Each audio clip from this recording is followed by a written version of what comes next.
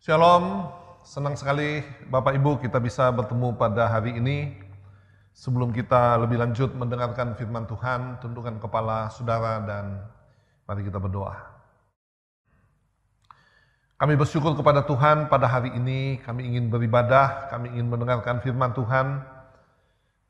Kami merindukan Tuhan terus berkata-kata kepada kami, menyampaikan tuntunan-tuntunan, nasihat-nasihat, teguran, bahkan petunjuk-petunjuk apa yang harus kami lakukan di dalam hidup ini, sebab kami tahu hanya firman yang dapat menuntun kami kepada seluruh kebenaran, kepada seluruh kehidupan yang Tuhan sediakan bagi kami semua. Kami percaya pengurapan yang baru itu Tuhan sediakan, urapi hamba-Mu, supaya setiap perkataan hamba-Mu oleh karena kehendak daripada Roh Kudus, dan kami percaya hari ini kami semua diberkati oleh Tuhan. Dalam berkat nama Tuhan kami Yesus Kristus. Haleluya. Amin. Bapak Ibu Saudara yang kasih dalam Tuhan, dimanapun Anda berada, tema kita hari ini melanjutkan tema minggu lalu.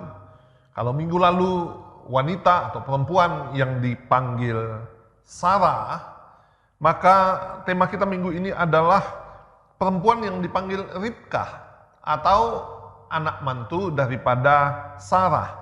Ribkah yang kemudian melahirkan dua orang anak laki-laki, yaitu Esau dan Yakub. Siapakah Ribkah? Kejadian pasal 11 ayat 26 menceritakan tentang silsilah daripada Ribkah, yaitu ketika Tera berusia 70 tahun dan dia melahirkan tiga anak laki-laki, Abraham atau Abram, Nahor, dan Haran. Haran yang kemudian memperanakkan Lot yang dibawa oleh Abram ke tanah perjanjian. Kejadian pasal 24 ayat 15, Nahor dan istrinya Milka melahirkan Betuel, ayah dari Ribkah. Jadi Ribkah ini adalah cucu daripada Nahor, dan Ribkah mempunyai seorang saudara laki-laki yang bernama Laban.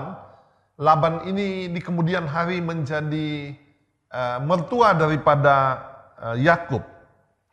Nah, saudara-saudara, Alkitab menceritakan kepada kita, Ribkah kemudian bertemu dengan Eliezer, hamba Abraham.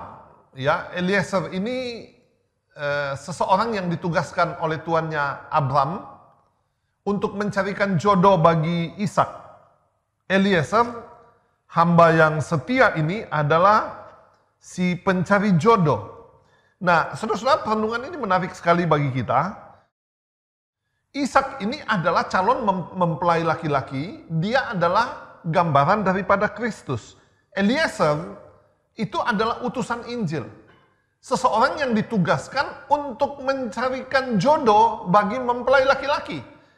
Ya, dan saudara-saudara, Rasul Paulus mengatakan, aku mempertunangkan kamu dengan seorang laki-laki. Jadi, Eliezer ini adalah hamba Tuhan yang mempertunangkan Ribkah untuk bertunangan dengan Ishak. Siapakah Ribkah? Ribkah itu adalah seluruh umat manusia. Ribkah itu adalah gereja. Ribkah itu adalah orang-orang yang dipertunangkan, ya, atau gereja yang dipertunangkan dengan Kristus. Saudara kasih dalam Tuhan, ini anugerah bagi kita. Ini adalah satu rahmat yang berlimpah-limpah bagi kita, bahwa oleh karena Injil, kita kemudian mengenal sang mempelai laki-laki, sang juru selamat, yang one day, pada satu hari, ya, kita akan bertemu muka dengan dia dan tinggal bersama-sama dengan dia selama-lamanya sampai selama-lamanya. Sekali lagi saya mau katakan kepada saudara, Ribkah adalah gambaran semua umat manusia. Ribkah adalah gambaran orang yang akan dipertunangkan. Dan tunangan itu ialah orang yang mau memberikan hidupnya bagi mempelai laki-laki, yaitu Tuhan Yesus Kristus. Mari kita lihat selanjutnya. Kenapa Eliezer dapat bertemu dengan Ribkah? Saudara-saudara, saya membaca oleh karena Eliezer berdoa, atau Ribkah ditemukan adalah karena hasil dari sebuah doa. Kejadian pasal 24 ayat 12. Lalu berkatalah ia, Tuhan, Allah Tuanku Abraham, buatlah kiranya tercapai tujuanku pada hari ini. Tunjukkanlah kasih setiamu kepada Tuanku Abraham. Bapak Ibu, gereja Tuhan, saudara-saudara yang kekasih dimanapun Anda berada. Salah satu kunci daripada keberhasilan penginjilan adalah doa syafaat. Ya, karena dengan doa syafaat, saudara-saudara, kita akan mendapatkan keberanian untuk menyampaikan berita baik, kabar baik, menyampaikan Injil. Kita akan mendapatkan kekuatan dari Tuhan untuk berani untuk bersaksi siapakah mempelai laki-laki itu, yaitu Tuhan Yesus Kristus. Di dalam doa, saudara-saudara, Tuhan akan membukakan pintu-pintu yang tertutup dan Tuhan akan membawa jiwa-jiwa. Tuhan akan mempertunangkan pemberita Injil dengan jiwa-jiwa yang terhilang. Saudara, bahkan di dalam doa syafaat, otoritas dan kuasa itu akan diturunkan kepada kita. Sehingga ketika kita menyampaikan firman Allah, tanda-tanda ajaib akan menyertai. Kuasa dan otoritas Tuhan ada di sana. Mujizat-mujizat yang besar akan bersama-sama dengan kita. Haleluya. Saudara kasih dalam Tuhan, tugas kita adalah menyampaikan, menawarkan. Ya, tugas kita adalah mengundang. Tugas kita adalah menyampaikan pengaruh firman kepada orang-orang yang terhilang. Sehingga saudara, dengan pengaruh yang disertai oleh kuasa dan otoritas Allah, maka orang akan memberikan respons. Ya, sekali lagi saya mau katakan kepada saudara, kita semua adalah pemberita-pemberita Injil. Tuhan mau kita menjadi pemberita Injil. Kepada siapa? Kepada orang-orang yang terhilang. Kepada orang-orang yang letih, lesuh, dan berbeban berat. Anda dipanggil oleh Tuhan untuk menjadi seperti Eliezer. Setelah kita dimenangkan oleh Injil, dimenangkan oleh Tuhan, kita akan bertindak sebagai pemberita Injil untuk membawa orang lain masuk ke dalam kerajaan kekal. Kenapa Ribka bisa ditemukan? Oleh karena doa.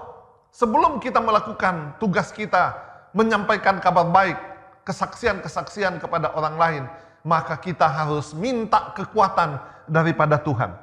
Lalu saudara-saudara, Eliezer berada pada posisi yang benar. Pada posisi yang terhormat. Pada posisi yang dikehendaki oleh Tuhan. Kejadian pasal 24 ayat 13. Di sini aku berdiri di dekat mata air, dan anak-anak perempuan penduduk kota ini datang keluar untuk menimba air. Di sini kata Eliezer, di dekat mata air. Air itu berbicara tentang life, tentang kehidupan. Ya, air berbicara tentang di mana orang-orang datang berbondong-bondong untuk mendapatkan kehidupan. Air adalah tempat yang terhormat. Dekat air itu adalah tempat yang terhormat. Eliezer berdiri di sana berbicara tentang pelayanan. Jadi kesimpulan kita saudara-saudara dari poin ini adalah ketika Anda memberitakan Injil, maka Anda berada di tempat yang terhormat. Anda berada di tempat yang benar. Dan setiap kali saudara-saudara kita menyampaikan kabar baik, maka Tuhan akan memberikan penghormatan kepada kita.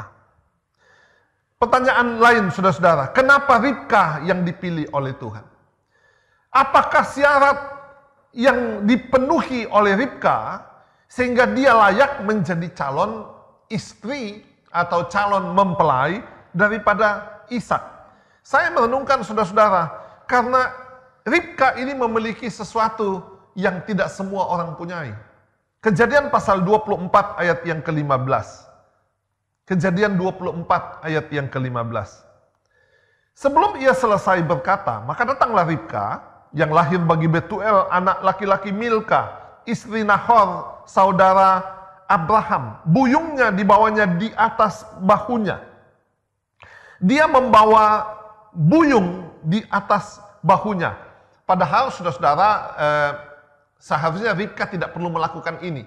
Kenapa? Karena Ribka mempunyai banyak sekali hamba-hamba. Bahkan Kelihatannya mereka ini datang dari keluarga yang kaya. Sehingga Kejadian pasal 35 ayat 8, di sana dikatakan bahwa Ribka mempunyai seorang inang pengasuh. Ya, mungkin zaman sekarang disebut seperti babysitter. Ya, tetapi babysitter ini mengasuh atau menjaga Ribka sampai kemudian Ribka itu menjadi dewasa. Dan karena Ribka ini datang dari keluarga yang terhormat, keluarga yang kaya, tidak seharusnya dia memikul yaitu buyungnya. Tapi baik sekali saudara, anak perempuan ini, dikatakan ayat yang ke-61, lalu berkemaslah Ribka beserta hamba-hambanya. Baik sekali saudara, di tengah-tengah kehidupannya seperti itu, yang mempunyai hamba-hamba, ya, budak-budak perempuan, dia tetap mengambil perannya untuk bekerja sebagaimana yang dilakukan oleh anak-anak perempuan pada waktu itu. Kenapa Ribka yang dipilih oleh Tuhan? Karena Ribka layak untuk menjadi seorang istri. Ini perenungan yang baik sekali bagi banyak anak-anak gadis.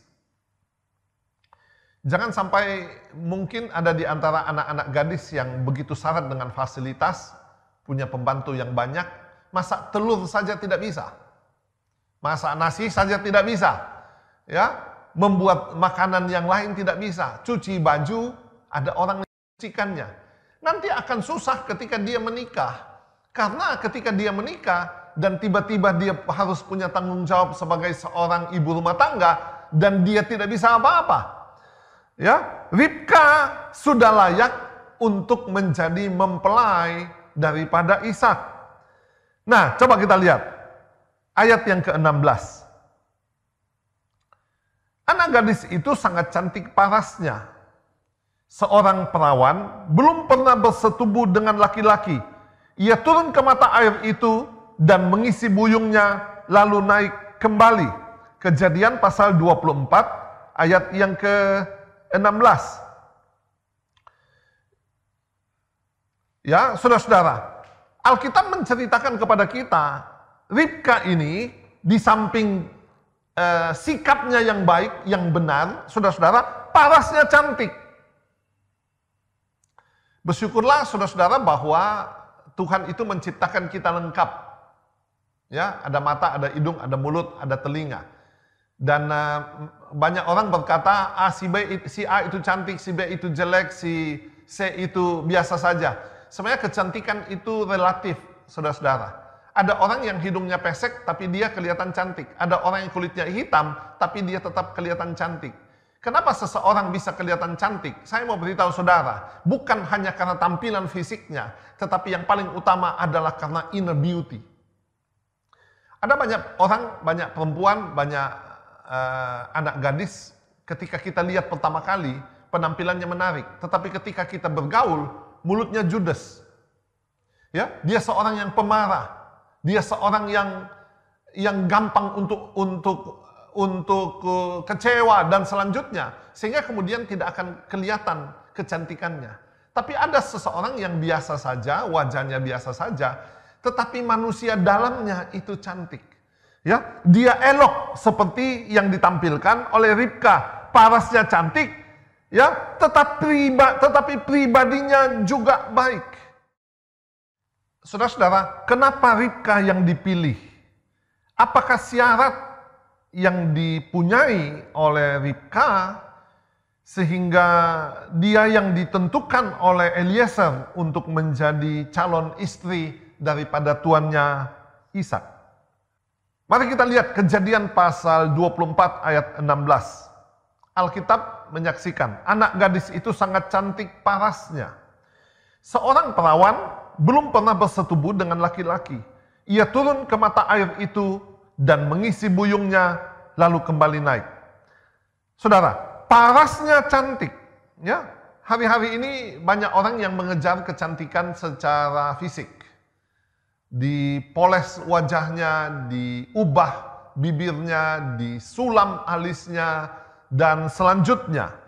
Ya, banyak orang yang kemudian memakai aksesoris palsu yang sebenarnya hanya menutupi keadaan tubuh yang sebenarnya tidak menarik.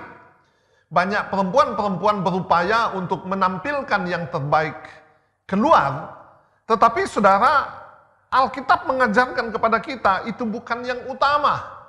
Karena yang utama adalah yaitu cantik pribadinya. Ribka ini adalah gadis yang cantik parasnya dan kepribadiannya itu baik. Apa buktinya? Dikatakan karena dia seorang perawan dan belum pernah bersetubuh. Dia sangat menjaga dirinya dari pengaruh-pengaruh pergaulan-pergaulan buruk dari luar. Ini yang harus gereja lakukan, saudara-saudara. Kita harus menjaga perilaku kita. Kita harus menjaga sikap kerohanian kita.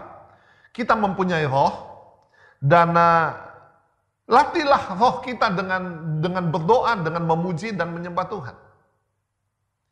Di masa COVID-19 ini, saya membaca satu tulisan, saudara-saudara, diperkirakan bahwa nanti gereja akan buka itu tanggal 6 bulan 7. Tanggal 6 bulan Juli. Ya, jadi kita masih akan 2 bulan live streaming, ya, dan tinggal di rumah. Nanti pada awal bulan 7 kemudian mall akan buka dan selanjutnya orang boleh kemudian bepergian, penerbangan akan dibuka dalam skala yang terbatas. Nah, pertanyaannya adalah selama kita ada di rumah, bagaimana dengan kerohanian kita? Seharusnya ini kesempatan yang baik. Ketika kita bangun pagi, kita tidak sibuk dengan pekerjaan kita. Ya, saudara-saudara yang tinggal di rumah. Ketika kita menjalani hari-hari kita yang waktunya panjang, apakah kerohanian kita dapat terbangun dengan baik? Dengan doa, dengan pujian, dan dengan penyembahan. Apakah Anda punya waktu untuk membaca firman? Ya, apakah Anda punya waktu untuk bersekutu dengan Tuhan? Manusia mempunyai roh, roh ini harus maju.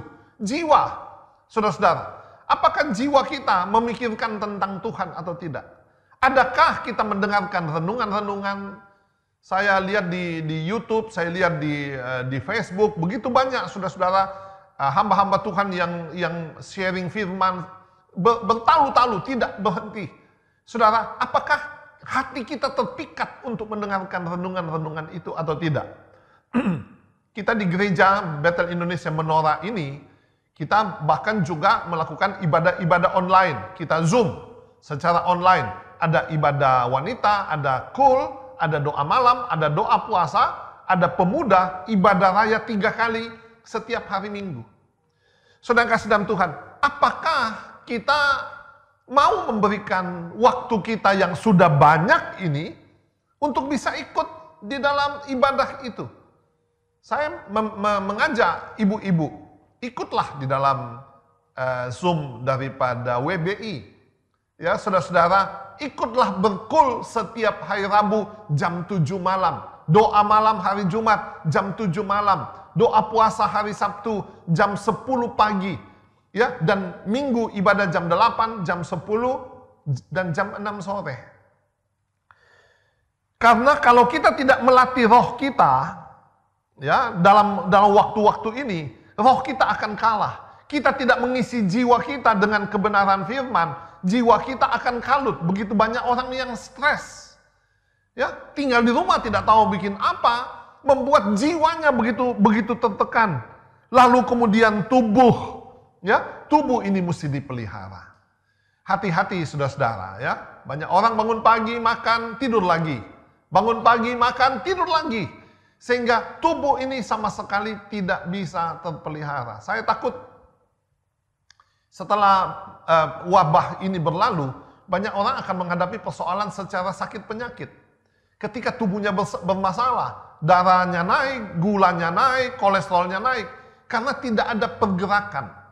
Nah, oleh sebab itu, di samping kita menjaga rohani kita tetap kuat, tetap teguh, jiwa kita diisi dengan hal-hal yang baik, dan kemudian tubuh kita, ya, menjadi tubuh yang sehat. Anak gadis ini adalah seorang yang sangat cantik parasnya dan dia seorang perawan. Dia tidak membawa tubuhnya kepada kecemaran. Dia menjaga dirinya untuk tidak melakukan perbuatan-perbuatan yang melanggar firman Allah. Lalu dia adalah seorang anak yang rajin. Alkitab berkata dia membawa buyung di atas bahunya. Padahal saudara-saudara, Ribka ini mempunyai banyak sekali hamba-hamba. Kalau kita membaca di Kejadian pasal 24 ayat 61, ketika Ribka itu mengikuti Eliezer pergi ke tanah Kanaan untuk bertemu dengan Ishak, dia membawa hamba-hambanya perempuan. Ya, jadi seharusnya ketika dia melakukan aktivitasnya sehari-hari, tidak perlu dia sendiri yang pergi ke sumur mengambil air. Ada hamba-hambanya, ada budak-budaknya. Bukan hanya rajin, saudara. Dia seorang pekerja keras. Dia memberikan minum semua unta daripada Eliezer. Saya baca satu artikel bahwa seekor unta bisa meminum 95 liter air. Eliezer membawa 10 unta dan Ribka memberi minum sampai puas. Artinya adalah Ribka kira-kira harus menimbah air hampir 1000 liter, saudara ya. Nah, satu buyung ini kira-kira memuat 25 liter air. Jadi untuk memenuhi air 1000 liter, 25 liter air di satu buyung, ya, kira-kira 40 kali si Ribka ini harus bolak-balik dari tempat mengambil air atau menimba air dan menaruh di tempat minum unta. Saya pergi ke Samaria, satu hari saya ada di Samaria di Israel. Ada sumur di sana, saudara-saudara, dan kami masuk, ada sebuah gereja dan ada sumur. Kami kemudian menimba, ya, saya turunkan air timba itu, lama sekali baru timba di bawah, dalam sekali, dan kemudian diputar supaya airnya naik. Dan si penjaganya di situ seorang Romo, dia bilang this is drinking water, air yang bisa langsung diminum, yang higienis. Bapak Ibu, saya membayangkan Ribka itu harus menimba air dari sumur yang dalam, memenuhi tempat minum onta 1000 liter. Kalau dia bukan seorang pekerja keras, pasti dia tidak bisa melakukannya. Saudara, lalu kemudian mari kita lihat reaksi daripada Eliezer. Kejadian 24 ayat 22. Kejadian 24 ayat 22. Reaksi Eliezer melihat sikapnya anak perempuan ini. Setelah onta-onta itu puas minum, maka orang itu mengambil anting-anting emas yang setengah sikal beratnya dan sepasang gelang tangan yang 10 sikal emas beratnya.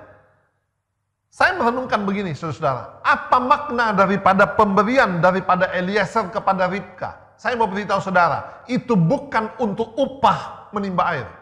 Bukan. Anting-anting biasa dipasang di hidung, di sini. Ya, karena budaya Timur Tengah, sampai hari ini kalau kita pergi ke daerah-daerah padang gurun, kita pergi ke Mesir, kita pergi ke Jordan, kita pergi ke Israel, dan kita melihat anak-anak perempuan Beduin, ya, nanti saudara bisa searching di Google. Saudara, anak-anak perempuan atau perempuan-perempuan padang gurun itu memakai anting-anting di hidung. Lalu itu berbicara tentang keindahan, saudara, ya, tentang aksesoris. Ya. Nah, kalau gelang, apa artinya gelang? Saya membaca sebuah penelitian, saudara-saudara, ternyata gelang itu adalah tanda lamaran. Seseorang yang dilamar itu akan diberikan gelang. Ya. Jadi reaksinya Eliezer ketika melihat sikapnya daripada anak perempuan ini, saudara-saudara, dia langsung tahu ini adalah seseorang yang disediakan oleh Tuhan. Mari kita lihat reaksi daripada Ribka. Yang pertama adalah dia menerima pemberian itu. Gelang itu dia ambil, dia pakai gelang itu di tangannya. Artinya apa? Dia setuju dipertunangkan dengan Ishak. Ishak yang adalah gambaran Kristus. Bahkan saudara-saudara, dia mau mengikuti Eliezer ke tanah Kanaan. Haleluya. Puji Tuhan saudara-saudara. Hari ini kita adalah orang-orang yang sudah menerima gelang itu. Menerima lamaran daripada Tuhan. Dan kita sudah membuka hati kita untuk menerima Yesus sebagai Tuhan dan Juru Selamat kita. Sebagai calon mempelai laki-laki kita. Saudara, harus menjadi sebuah kerinduan di dalam hati kita untuk masuk nanti ke dalam pesta pernikahan anak domba Allah. 1 Tesalonika pasal 4 ayat yang ke-16, ayat yang ke-17 mengatakan, pada waktu tanda diberi, penghulu malaikat berseru sangkakala Allah berbunyi, maka orang-orang yang mati dalam Tuhan akan lebih dahulu bangkit. Sesudah itu kita yang hidup, yang masih hidup, kalau masih hidup, akan diangkat bertemu Tuhan di awan-awan. Pesta pernikahan anak domba Allah. Sudah kasih dalam Tuhan, karena kita sudah dipertunangkan dengan Kristus, maka kita harus sungguh-sungguh mempunyai kerinduan untuk masuk ke dalam pesta pernikahan itu. Haleluya. Saudara, lalu saya merenungkan begini, perjalanan dari tempatnya Ribka menuju ke tempatnya Ishak, itu perjalanan yang amat sangat jauh. Butuh waktu yang berminggu-minggu untuk tiba di sana. Ketika Ribka itu ikut kepada Eliezer, saya percaya saudara di sepanjang perjalanan Ribka itu akan tanya sama Eliezer, bagaimana ya keadaan yaitu tuanmu Ishak? Apa kebiasaannya? Apa yang dia sukai? Ya, dan selanjutnya, saudara-saudara, hari ini kita ada di sini, di tempatnya Ribka. Perjalanan kita masih ada, saudara, untuk masuk ke dalam pesta pernikahan anak domba Allah. Apa yang harus kita lakukan? Kita harus belajar. Kita harus tahu apa yang disukai oleh Tuhan, apa yang tidak disukai oleh Tuhan. Ya, hari-hari ini kita lagi gemar membaca Alkitab. Ya, 3-4 fatsal setiap hari kita membacanya. Pertanyaan saya, apakah saudara membaca Alkitab setiap hari? Apakah saudara merenungkan firman Tuhan setiap hari? Mari kita mau saudara mengajar diri kita dengan waktu kita yang banyak ini untuk membaca firman, merenungkan firman, supaya kita dapat mengetahui apa yang disukai oleh Tuhan, apa yang tidak disukainya. Mari kita lihat nih, reaksi daripada Ribka. Dia menerima Eliezer, pembawa kabar baik baginya di kemahnya. Ayat 25. Ya, Kejadian 24 ayat 25. Lagi kata gadis itu, baik jerami, baik makanan onta, banyak pada kami, tempat bermalam pun ada. Saudara kasih dalam Tuhan, sekali lagi, ini berbicara tentang membuka dirinya, ya, seluas-luasnya kepada pemberita kebenaran. Makanya saudara harus bersyukur kalau Injil itu sampai ke tempat saudara. Ya, saudara bersyukur kalau kita di gereja kita terus mau menyampaikan kebenaran. Ya, baik itu berupa chatting, baik itu berupa live recording, baik itu live streaming. Kita akan terus berusaha saudara-saudara supaya Anda tidak ketinggalan firman. Ya, kita menyediakan bacaan-bacaan Alkitab setiap hari. Persoalannya adalah, apakah saudara masih terus mau membuka pintu, membuka diri kepada kebenaran itu atau tidak? Saya ingat cerita tentang seorang perempuan pelacur, wanita tunasusila, ya, di Yeriko. Ya, saudara-saudara, ketika Yosua mengirim 2 pengintai dan kemudian Rahab, ya, perempuan ini menerima 2 pengintai itu di rumahnya. Alkitab bercerita, ketika Yeriko itu runtuh, Rahab dan semua orang yang ada di dalam rumahnya itu diselamatkan. Bapak Ibu, buka hatimu kepada kebenaran firman Allah. Buka hatimu kepada lawatan Tuhan. Maka engkau dan seisi rumahmu akan diselamatkan oleh Tuhan kita yang besar. Haleluya. Lagi saudara, kemudian Ribka bertemu dengan Ishak. Haleluya. Kejadian 24 ayat 62. Adapun Ishak telah datang dari arah sumur Lahairoi. Ia tinggal di tanah Negeb. Menjelang senja, Ishak sedang keluar untuk berjalan-jalan di padang. Ia melayangkan pandangannya, maka dilihatnya lah ada unta-unta datang. Ribka juga melayangkan pandangannya, dan ketika dilihatnya Ishak, turunlah ia dari untanya. Katanya kepada hamba itu, siapakah laki-laki yang berjalan di padang ke arah kita? Jawab hamba itu, dialah tuanku itu. Lalu Ribka memakai telekungnya dan bertelekunglah dia. Dia memakai yaitu penutup wajah dan penutup kepalanya, penutup rambutnya. Saudara-saudara, perenungan kita begini. Sepanjang perjalanan itu, Eliezer banyak bercerita tentang Ishak, calon suami daripada Ribka. Sepanjang perjalanan itu, Ribka sudah banyak bertanya tentang bagaimana keadaan daripada Ishak. Dan saudara-saudara, hari itu, pertemuan itu terjadi. Ini yang sekali lagi saya mau katakan, yang harus menjadi kerinduan kita. Ya, yaitu ketika kita menjumpai Tuhan itu secara pribadi. Ketika kita mengalami pengalaman pribadi dengan Tuhan. Saya tidak tahu bagaimana saudara pengenalan saudara dengan Tuhan. Barangkali banyak di antara saudara yang masih ingat pertama kali engkau menjadi orang percaya, atau pertama kali engkau bertobat, ya, dan engkau merasakan Tuhan itu hadir, dan engkau tahu bahwa jalanmu, langkah yang engkau ambil untuk percaya kepada Yesus adalah jalan yang benar. Saya menemukan ini, atau ini terjadi kepada saya tanggal 29 April tahun 92. Di sana saudara, di sebuah kolam renang di Tanah Toraja, ketika saya memberikan hidup saya untuk dibaptis, dan ketika keluar dari air, Tuhan merubah seluruh kehidupan saya. Dulu saya seorang yang jahat, saya perokok, saya penjudi, saya pemabuk. Tuhan rubahkan semuanya. Ketika saya mengenal, bertemu dengan sang mempelai laki-laki, Tuhan Yesus Kristus. Tahukah saudara, setiap orang yang bertemu dengan Yesus pasti mendapatkan sesuatu. Setiap orang yang bertemu dengan Yesus pasti berubah di dalam kehidupannya. Jadi, saudara, mari kita merindukan itu. Pengalaman pribadi kita dengan Tuhan.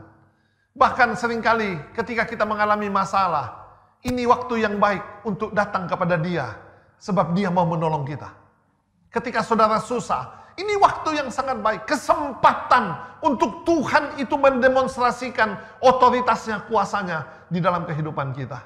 Mungkin Anda sedang sakit, Anda sedang lapar, Anda sedang susah, ada masalah di dalam keluargamu, ada masalah di dalam kehidupanmu. Saudara-saudara, come to Jesus. Datanglah kepada Dia, mempelai laki-laki, Tuhan kita Yesus Kristus, sanggup untuk menolong dan memperbaiki kehidupan kita. Haleluya. Dan yang terakhir, saudara-saudara, adalah kemudian mereka tinggal dan hidup bersama-sama. Kejadian pasal 24 ayat 67. Lalu Ishak membawa Ribka ke dalam kemah Sarah, ibunya, dan mengambil dia menjadi istrinya. Inilah puncak daripada seluruh apa yang Tuhan lakukan di dunia ini. Datang mencari, menyelamatkan yang hilang, dan membawa kita masuk ke dalam, yaitu kehidupan kekal bersama-sama dengan Tuhan di dalam kerajaan sorga. Yohanes pasal 14 mengatakan, Tuhan Yesus naik ke surga menyediakan tempat bagi kita. Ya, sebab di sana, di rumah Bapa itu banyak tempat. Saudara-saudara, saya mau ulang ini. Milikilah kerinduan untuk masuk ke dalam kerajaan kekal. Pada waktu sangkakala Allah berbunyi, malaikat Allah berseru, saudara, dan Tuhan akan membawa kita masuk ke dalam kerajaan kekal. Persiapkan hatimu, persiapkan dirimu, Maranatha, Tuhan itu akan datang pada kali yang kedua. Haleluya. Amin. Pada akhir daripada ibadah kami pada hari ini, kami datang untuk berdoa bagi Indonesia. Berkati bangsa kami Tuhan. Berkati negeri ini Tuhan. Selamatkan Indonesia. Pulihkan Indonesia Tuhan. Lepaskan kami dari semua cengkeraman-cengkeraman yang jahat. Dari semua rancangan-rancangan yang jahat. Kami percaya Tuhan 17.540 pulau dengan 260 juta penduduknya, maka Indonesia ada di dalam pemandanganmu. Kami percaya Engkau cinta negeri ini dan Engkau mau menyelamatkan negeri ini. Berkati pemerintah kami Tuhan, dari pemerintah Presiden Republik Indonesia bersama-sama dengan wakil dan seluruh aparat yang ada. Kami berdoa bagi gubernur kami dan wakilnya dan seluruh jajarannya. Kami berdoa bagi kota kami, kota Manado, Bapak Wali Kota, dan wakilnya dan semua aparat-aparat yang ada di kota ini. Tuhan, mari Engkau tolong, kami mohon belas kasihan-Mu, berkati negeri kami, berkati provinsi kami, berkati kota kami Tuhan, dalam nama Tuhan Yesus. Hamba berdoa bagi seluruh umat-Mu dimanapun mereka berada. Tolong Tuhan, ulurkan tangan-Mu Tuhan. Lepaskan kami daripada yang jahat. Peliharakan hidup kami Tuhan. Ikat kami dengan tali kasih-Mu. Dan biarlah damai sejahtera dan sukacita tidak pernah melepaskan kami semua. Di dalam nama Tuhan Yesus. Terima kasih Bapa. Sekarang kami mengangkat wajah kami, menadahkan tangan kami. Turunkanlah berkat-Mu. Berkat Bapa dan Putra dan Roh Kudus Tuhan Yesus Kristus. Turun atas saudara, menyertai, membimbing, menuntun saudara. Sekarang, besok, seterusnya. Sampai Maranatha, Tuhan Yesus mempelai laki-laki datang menjemput kita semua. Bahkan kekal sampai selama-lamanya. Di dalam satu nama yang hebat, dahsyat dan luar biasa. Yaitu di dalam nama Tuhan Yesus Kristus. Haleluya. Semua yang percaya diberkati Tuhan sama-sama katakan amin. Shalom, shalom, shalom. Tuhan memberkati kita semua. Amin.